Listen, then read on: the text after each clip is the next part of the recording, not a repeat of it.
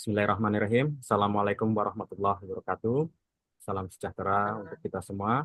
Yang terhormat Ibu Mariana Safitri, selaku dosen audit sistem informasi, dan teman-teman mahasiswa, mahasiswi Universitas Mandiri yang hadir pada kesempatan ini. Izinkan kami dari kelompok 4 akan mempresentasikan audit sistem informasi SDM, studi kasus, aplikasi SIM SDM BKKBN, menggunakan framework COVID-5 domain MEA. Sebelum presentasi, izinkan kami memperkenalkan kelompok kami terlebih dahulu. Yang pertama adalah saya sendiri, Afid Saifuddin. Yang kedua, Muhammad Jaka Abadi. Yang ketiga, Febriana Nabila. Dan yang terakhir, Nela Neliawati. Selanjutnya, presentasi akan dilaksanakan oleh Nela. Silahkan. Bismillahirrahmanirrahim. Untuk latar belakang, dalam konteks audit sistem informasi, COVID-5 memberikan panduan yang sangat berguna dalam mengevaluasi efektivitas kontrol TI dan tata kelola. Audit berbasis COVID-5 memungkinkan auditor untuk menilai sejauh mana organisasi telah menerapkan kontrol yang memadai, mematuhi regulasi, serta mengurangi resiko TI yang dapat mempengaruhi kinerja bisnis. Melalui audit ini, auditor dapat memberikan rekomendasi yang terukur dan relevan untuk perbaikan tata kelola dan manajemen TI secara berkelanjutan.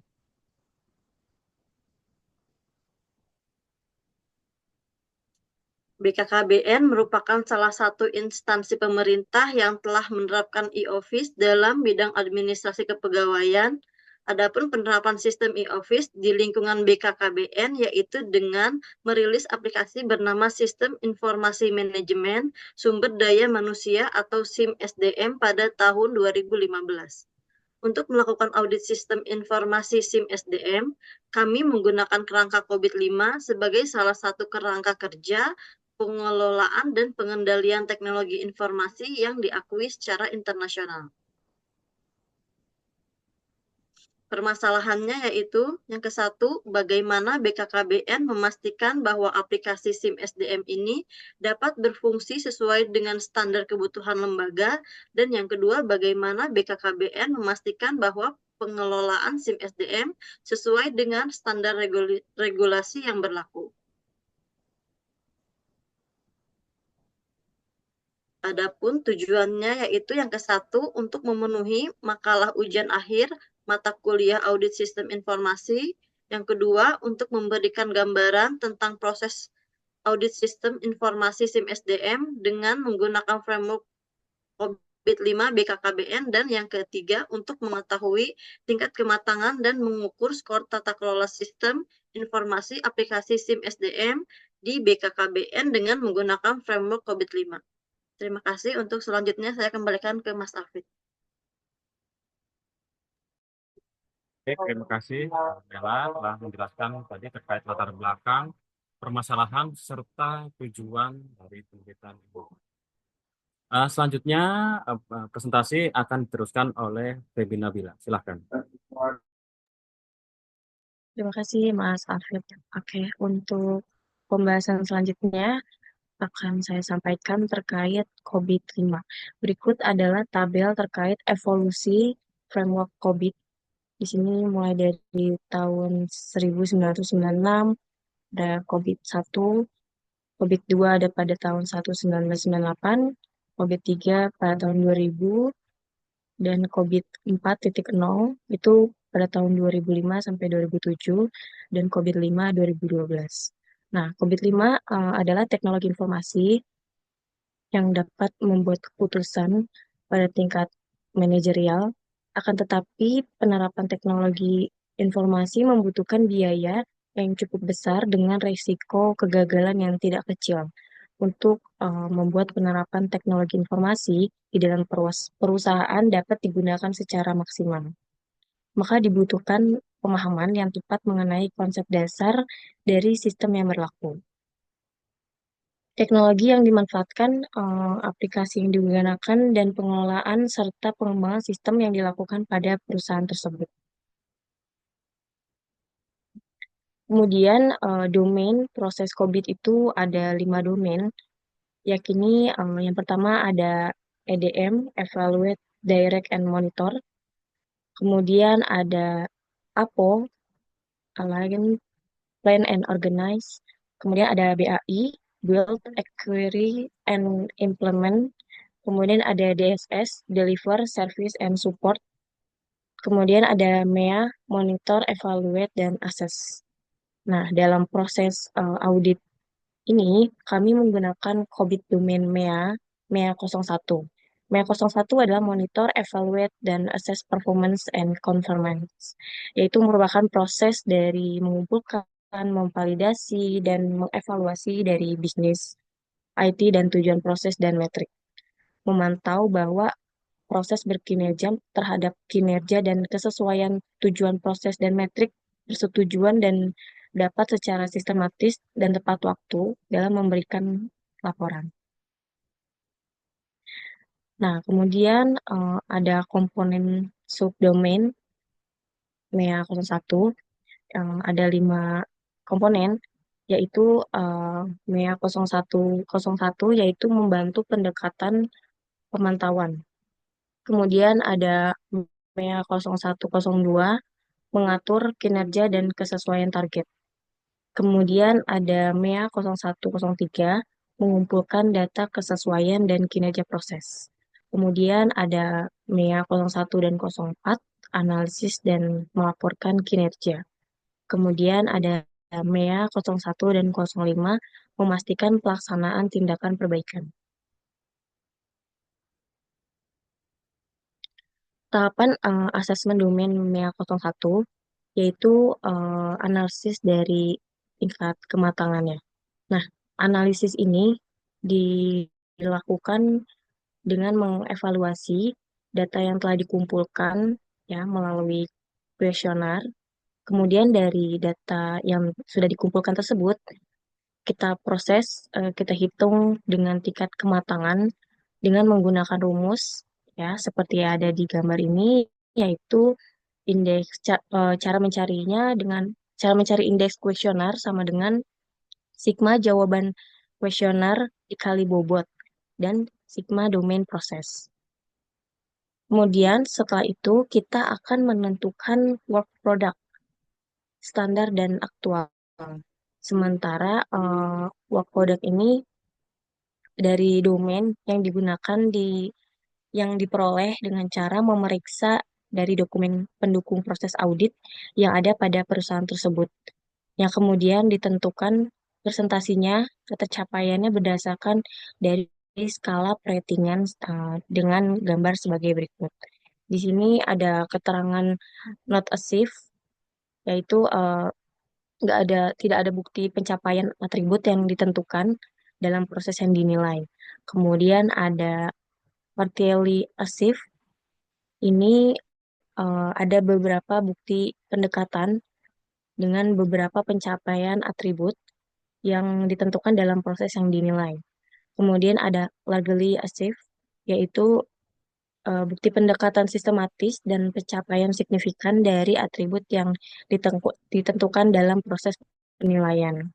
Kemudian ada fully achieved, jadi ini bukti pendekatan yang lengkap dan sistematis untuk pencapaian penuh dari yang didefinisikan oleh atribut dalam proses yang dinilai.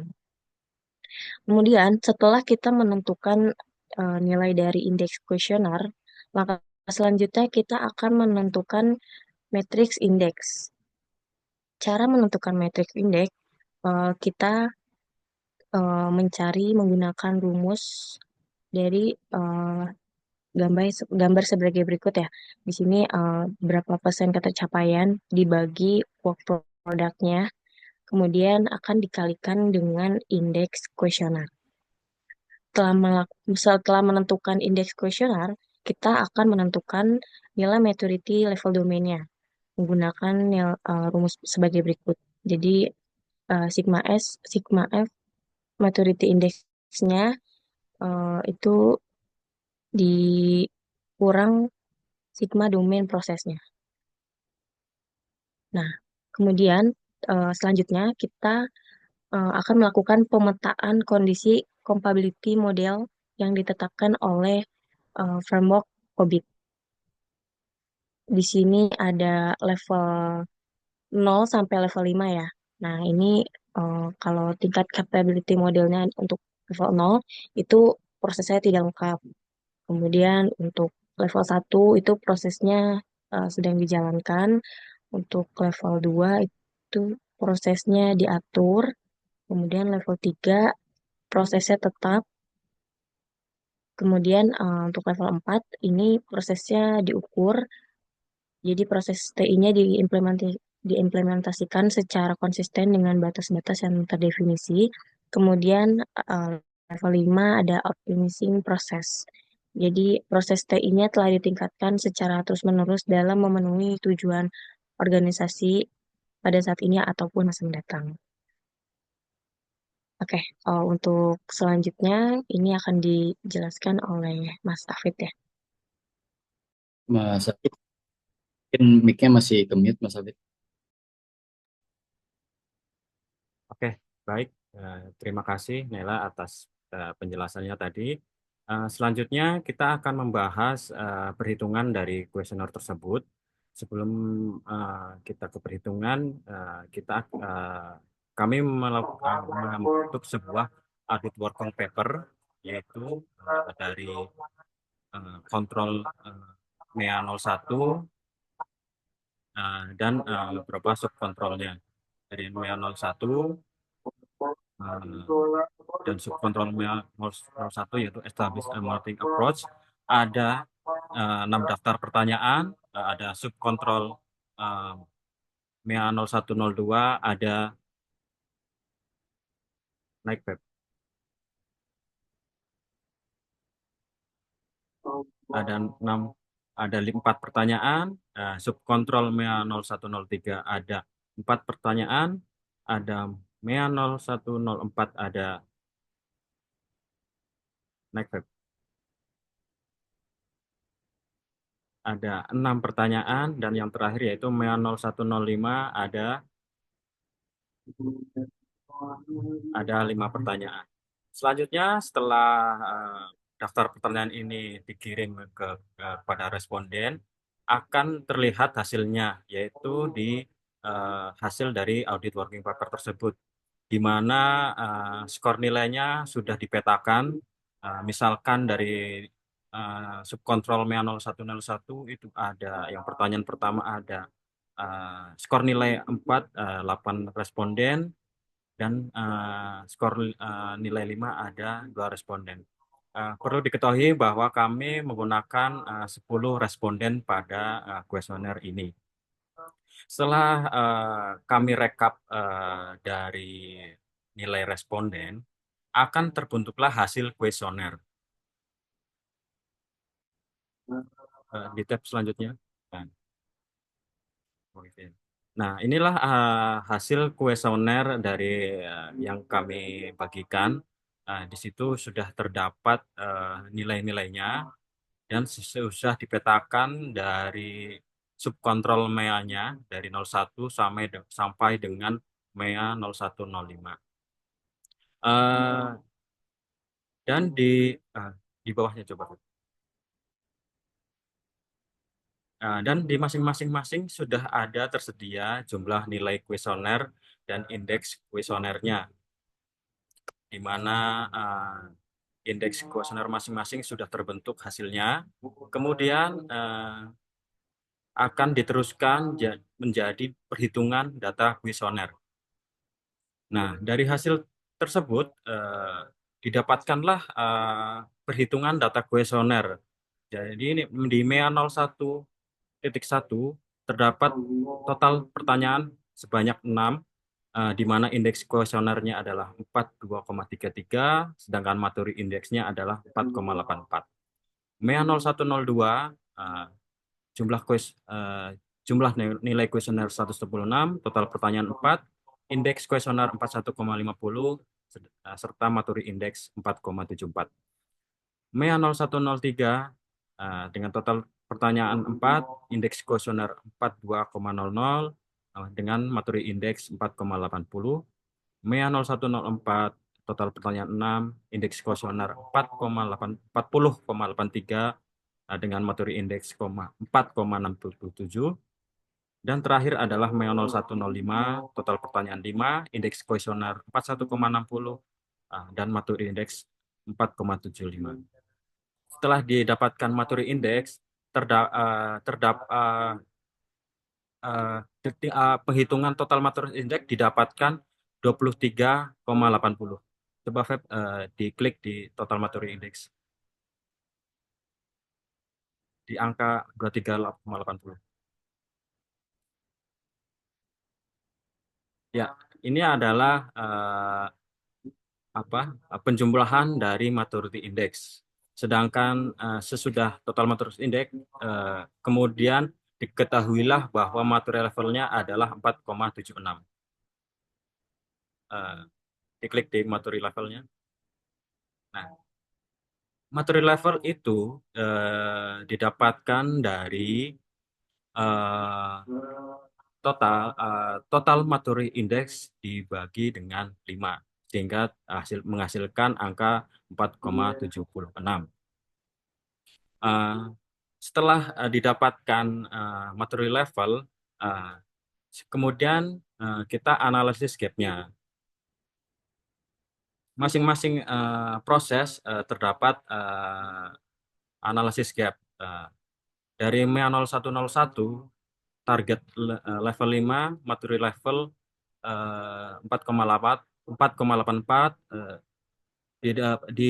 diketemukan gap 0,16 dan seterusnya.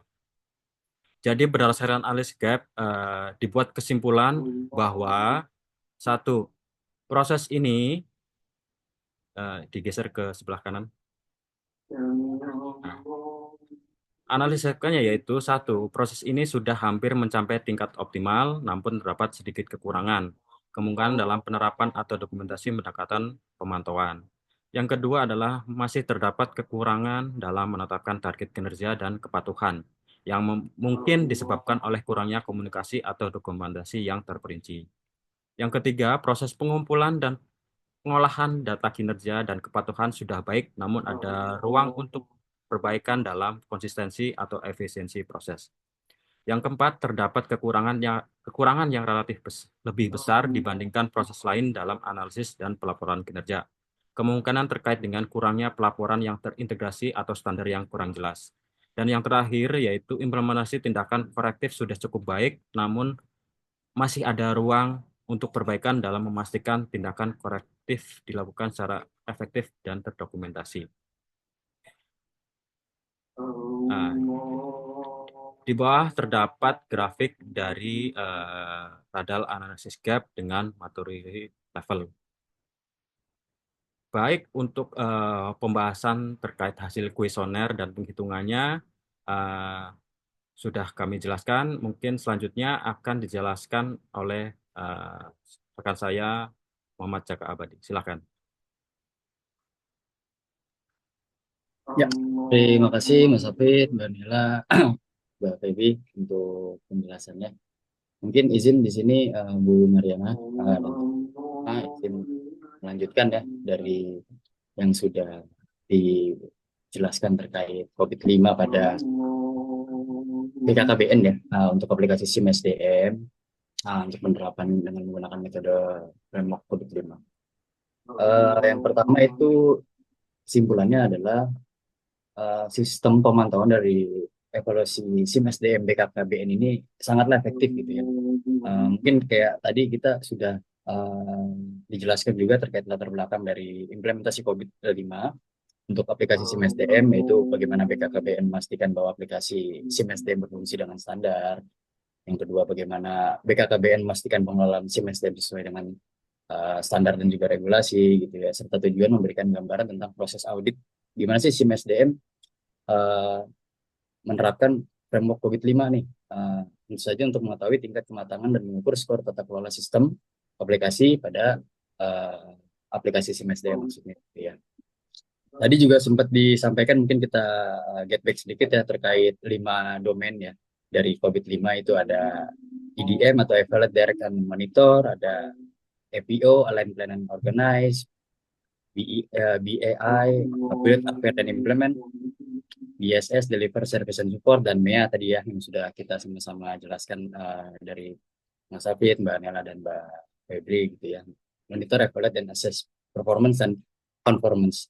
Apa sih tujuannya tadi mungkin kita get back dikit juga untuk mengumpulkan, memvalidasi, serta mengevaluasi sih tujuan bisnis ini, serta memantau proses kinerja dengan baik sesuai dengan matriks persetujuan yang juga tepat waktu gitu ya.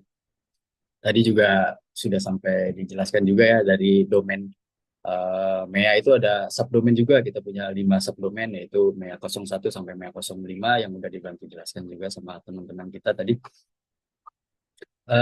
Terus yang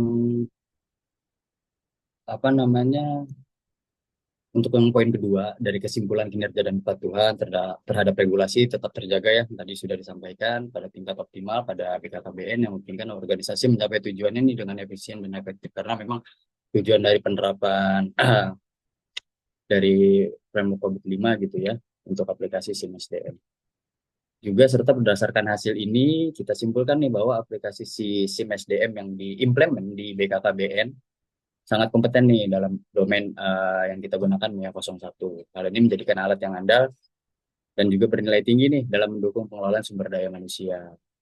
Juga sistem ini, organisasi dapat memastikan bahwa kinerja dan kepatuhan itu selalu terukur gitu ya, sesuai dengan tujuan dari penerapan COVID-5 ini dalam BKKBN di aplikasi SIM. Mungkin ke slide selanjutnya ya, ke saran. Mungkin terima kasih Ibu. Untuk sarannya sih yang kita sama-sama udah assessment gitu ya, bukan self assessment, kita sama-sama assess terkait penerapan framework COVID-5 nih dalam SIM SDM di BKKBN ini. Yang pertama saran kita tentu melanjutkan pemantauan dari evaluasi yang ketat nih untuk menjaga gitu ya kepatuhan dari aplikasi itu sendiri. Fokus pada peningkatan berkelanjutan mungkin dari sisi framework atau dari penjagaannya dalam aplikasi itu sendiri. Macam-macam ya kalau peningkatan berkelanjutan ya arahnya. Pelatihan dan pengembangan itu tentu saja selalu inline dengan tujuan. Optimalkan penggunaan data ini juga sangat penting untuk penggunaan data yang tetap capable digunakan gitu ya. Serta yang tadi saya juga disebutkan, evaluasi terhadap teknologi terbaru gitu biar tetap up to date dari aplikasi SIM SDM tersebut. Mungkin kurang lebih gitu kali ya kesimpulan dan saran. Izin Bu Fitri ya, sorry Bu ya, Bu Fitri maksudnya, dan teman-teman semua yang hadir. Mungkin dari saya segitu aja, kita get back dikit tadi untuk kesimpulan dan sarannya. Mungkin ada tambahan dari Mas Hafid atau Mbak Nela atau Mbak Febri. Oke, mungkin cukup kali ya, mungkin udah sangat baik dan tersampaikan juga dijelaskan. Saya izin kembalikan ke Mas Hafid ya untuk presentasi. Terima kasih. Baik, terima kasih Mas Jaka atas penjelasan yang telah diberikan. Terima kasih telah menjelaskan ya tentang kesimpulan dan sarannya. Itu sangat berharga sekali. Demikian Ibu Mariana, izin kami dari kelompok 4 telah selesai melakukan presentasi kami. Terima kasih atas kesempatan yang diberikan untuk mempresentasikan proyek kami. Demikian kami akhiri dari kelompok 4 presentasi kami. Wassalamualaikum warahmatullahi wabarakatuh. Waalaikumsalam.